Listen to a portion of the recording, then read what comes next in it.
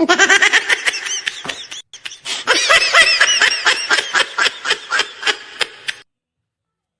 ayan mga ka-idol, ayan magandang umaga, magandang buhay mga idol po, today's vlog. Ayan, another vlog naman tayo mga idol.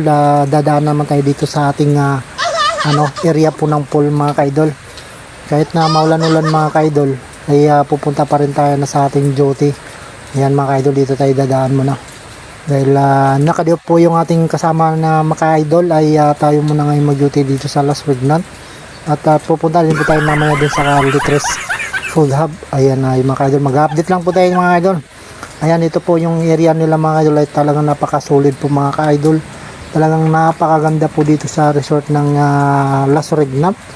Kaya dito po ako mga ka-idol nagumpisa na mag-vlog dahil sa aking trabaho na media marketing. Ayan, ay sinabayan ko na lang din po to mga ka-idol. Kaya tuloy lang tayo